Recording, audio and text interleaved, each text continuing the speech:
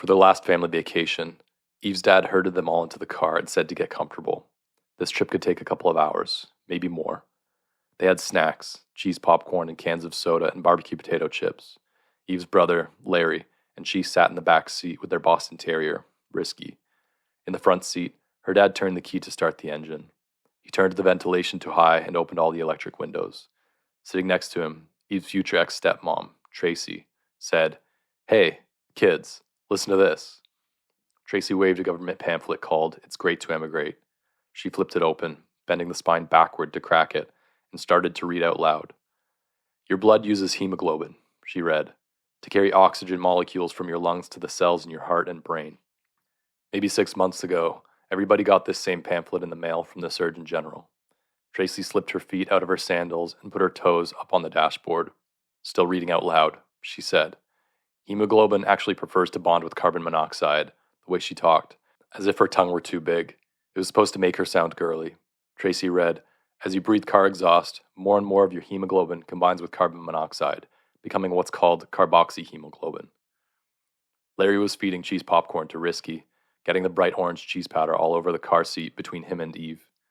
Her dad switched on the radio, saying, "Who wants music?" He looked at Larry in the rearview mirror and said, "You're going to make that dog sick." "Great," Larry said, and fed Ricky another piece of bright orange popcorn. "The last thing I'll see is the inside of the garage door, and the last song I'll hear will be something by the Carpenters." But there's nothing to hear. There's been nothing on the radio for a week. Poor Larry, poor goth rocker Larry, with black makeup smeared around his white powdered face, his fingernails painted black, and his long stringy hair dyed black.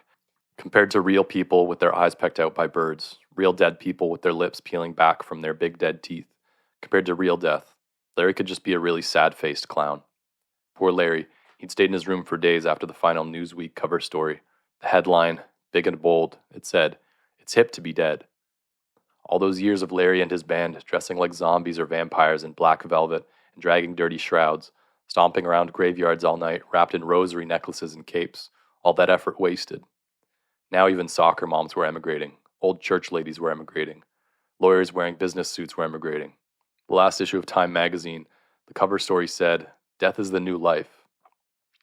Now poor Larry, he's stuck with Eve and his dad and Tracy, the whole family emigrating together in a four-door Buick parked in a suburban split-level ranch house garage, all of them breathing carbon monoxide and eating cheese popcorn with their dog. Still reading, Tracy says, "As less hemoglobin is available to carry oxygen, your cells begin to suffocate and die." There was still television on some channels, but all they played was the video sent back by the space mission to Venus. It was the stupid space program that had started all this, the manned mission to explore the planet Venus. The crew sent back their video of the planet's surface, the face of Venus as this garden paradise. After that, the accident wasn't because of chipped insulation panels or broken O-rings or pilot error. It wasn't an accident. The crew just chose not to deploy their landing parachutes. Fast as a meteor, the outer hull of their spacecraft burst into flame. Static and the end. The same way that World War II gave us the ballpoint pen, the space program had proved the human soul was immortal. What everybody called the Earth was just a processing station that all souls had to pass through, a step in some kind of refining process, like the cracking tower used to turn crude oil into gasoline or kerosene. As soon as human souls had been refined on Earth, then we would all incarnate on the planet Venus. In the big factory of perfecting human souls, the Earth was a kind of tumbler, the same as the kind people use to polish rocks. All souls came here to rub the sharp edges off each other. All of us were meant to be worn smooth by conflict and pain of every kind, to be polished. There was nothing bad about this. This wasn't suffering, it was erosion. It was just a basic, an important step in the refining process. Sure, it sounded nuts, but there was the video sent back by the space mission that crashed itself on purpose. On television, all they played was the video, as the mission's landing vehicle orbited lower and lower, dipping down inside the cloud layers covering the planet. The astronauts sent back this footage of people and animals living as friends, everyone smiling so hard their faces seemed to glow. In the video the astronauts sent back, everyone was young. The planet was a Garden of Eden, the landscape of forests and oceans, flower meadows and towering mountains. It was always springtime, the government said. After that, the astronauts refused to deploy the parachutes. They drove straight down, pow, into the flowers and sweet lakes of Venus. All that was left was this grainy, hazy few minutes of video they sent back. what looked like fashion models wearing glittery tunics in a science fiction future.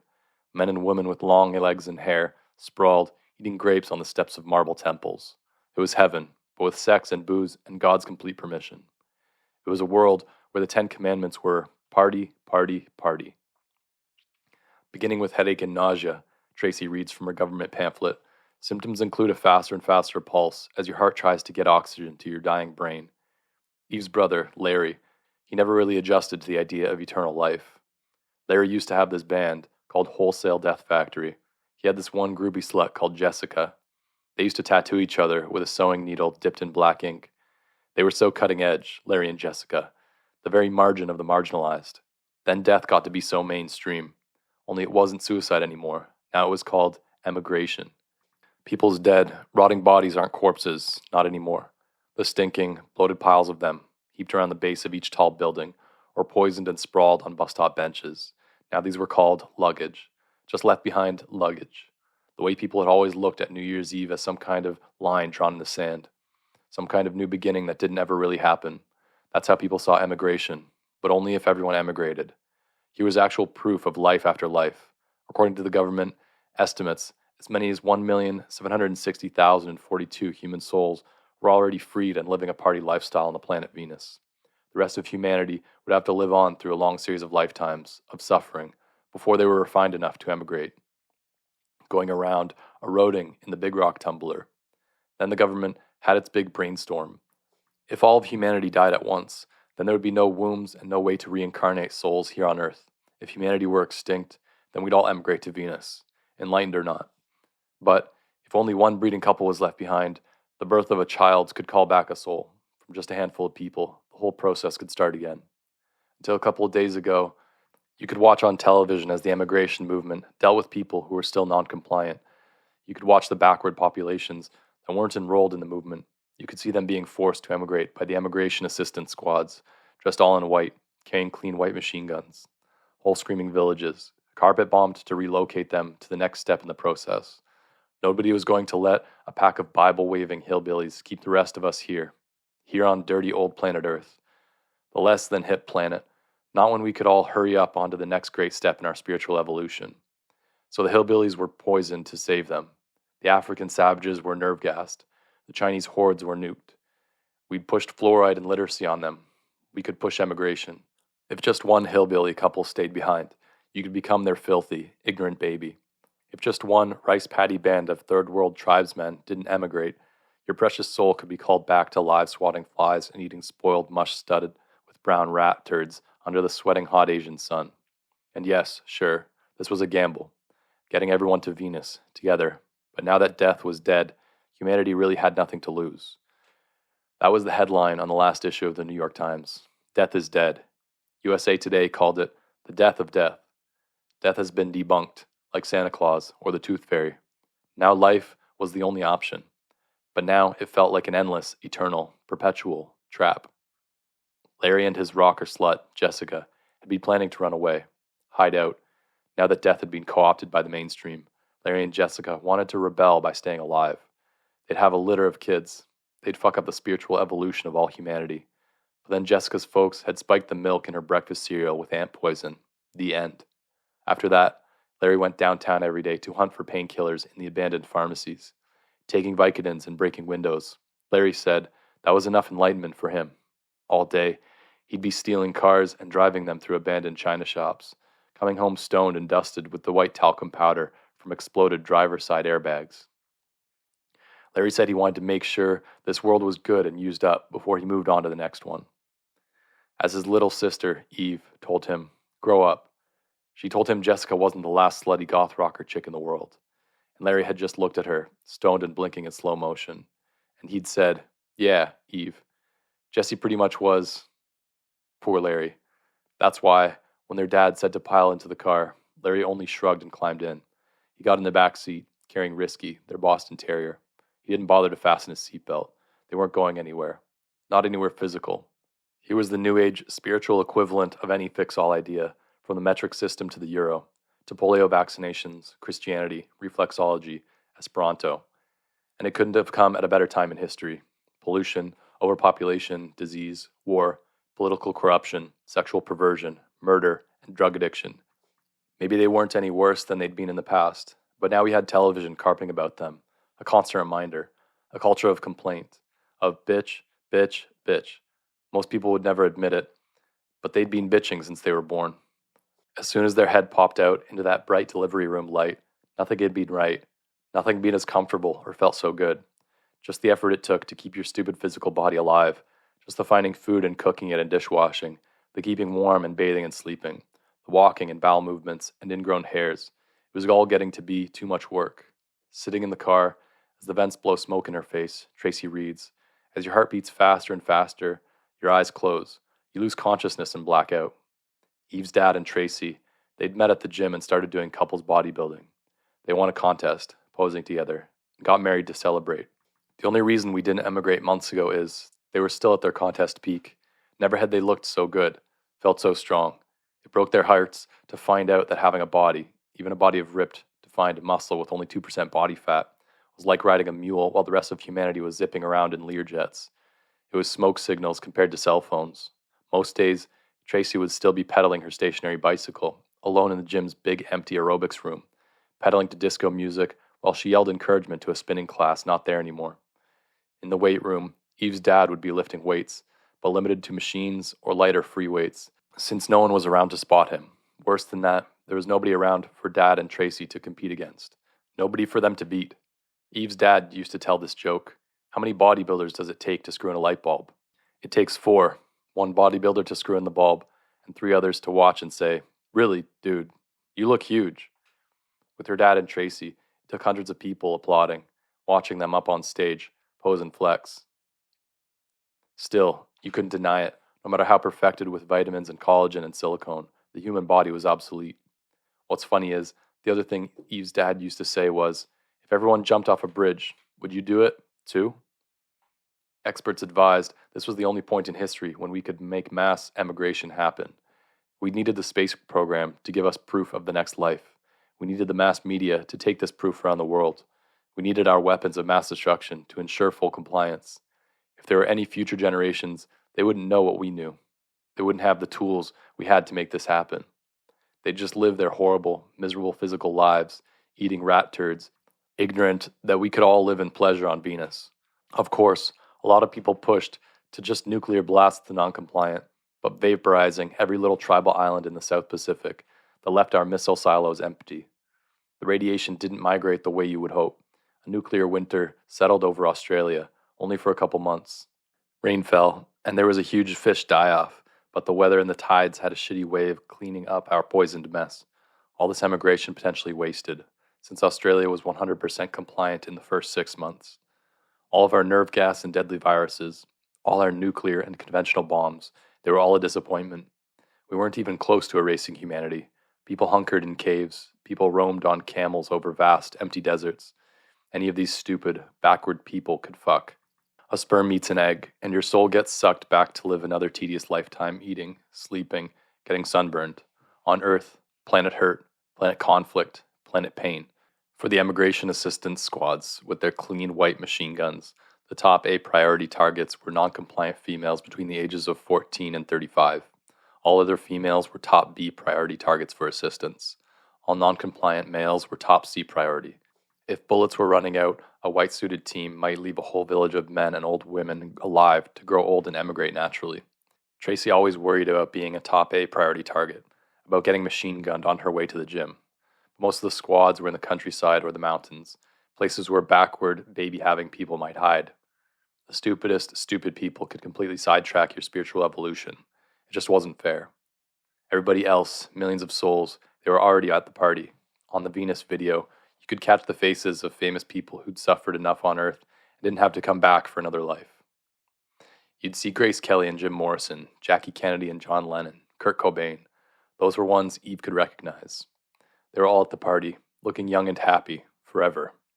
Among the dead celebrities roamed animals extinct on Earth, passenger pigeons, duck-billed platypuses, giant dodos.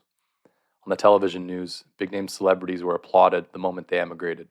If these people, movie stars and rock bands, could emigrate for the greater good of all humanity, these people with money and talent and fame, with everything to keep them here, If they could emigrate, everyone could. In the last issue of People magazine, the feature story was the celebrity cruise to nowhere. Thousands of the best dressed, most beautiful people, fashion designers and supermodels, software moguls and professional athletes, they boarded the Queen Mary 2 and sailed off, drinking and dancing, racing north across the Atlantic Ocean, looking, full speed ahead, for an iceberg to ram. Chartered jetliners slammed into mountaintops. Tour buses careened off towering ocean cliffs. Here in the United States, most people went to Walmart or Rite Aid and bought the going-away kits. The first generation of kits were barbiturates packaged inside a head-sized plastic bag with a drawstring for around your neck. The next generation of kits were a cherry-flavored chewable cyanide pill. So many people were emigrating right there in the store aisle, emigrating without paying for their kits, that Walmart put the kits behind the customer service desk with the cigarettes and made you pay first before they'd hand one over. Every couple of minutes, an announcement over the public address speakers asked customers to be courteous and not to emigrate while on store property. Thank you. Early on, some people pushed what they called the French method. Their idea was just to sterilize everyone, first by surgery, but this took too long, then by exposing people's genitals to focused radiation. Still, by that time, all the doctors had emigrated. Doctors were among the first to jump ship. Doctors, true, yes, death was their enemy, but without it, they were lost, broken-hearted. Without doctors, it was janitors shooting folks with radiation. People got burns. The power grid failed. The end. By then, all the beautiful, cool people had emigrated with cyanide in champagne and glamorous bon voyage parties. They'd held hands and jumped from skyscraper penthouse parties. People already a little world-weary. All the movie stars and super athletes and rock bands. The supermodels and software billionaires. They were gone after that first week. Every day, Eve's dad would come home saying who was gone from his office, who in the neighborhood had emigrated. It was easy to tell. Their front lawn would get too tall. Their mail and newspapers would pile up on the doorstep. Their curtains were never open. Their lights never came on. And you'd walk past and catch a whiff of something sweet, some kind of fruit or meat rotting inside the house. The air buzzed with black flies. The house next door, the Frink's house, was like that. So was the house across the street. For the first few weeks, it was fun. Larry going downtown to pound his electric guitar alone on the stage of the Civic Theater Auditorium. Eve getting to use the entire shopping mall as her own private closet. School was out, and it would never, ever start back up. But their dad, you could tell he was already over Tracy. Their dad was never good at the part after the romantic start. Normal times. This was when he'd start to cheat. He'd find some new squeeze at his office. Instead, he was watching the Venus footage on television, paying close attention, his nose almost touching the parts where he could make out people. Groups of those beautiful supermodel people, piled together naked or linked in a long daisy chain, licking red wine off each other, humping without reproduction or disease or God's damnation. Tracy, she was making a list of celebrities she wanted to be best friends with once the family arrived. At the top of her tier list was Mother Teresa. By now, even harried moms were rounding up their kids, shrieking for everybody to hurry up and drink their poisoned milk and get their asses the hell to the next step of spiritual evolution. Now even life and death would be phases to rush through, the way teachers hurried kids from grade to graduation, no matter how much they did or didn't learn. A big rat race to enlightenment.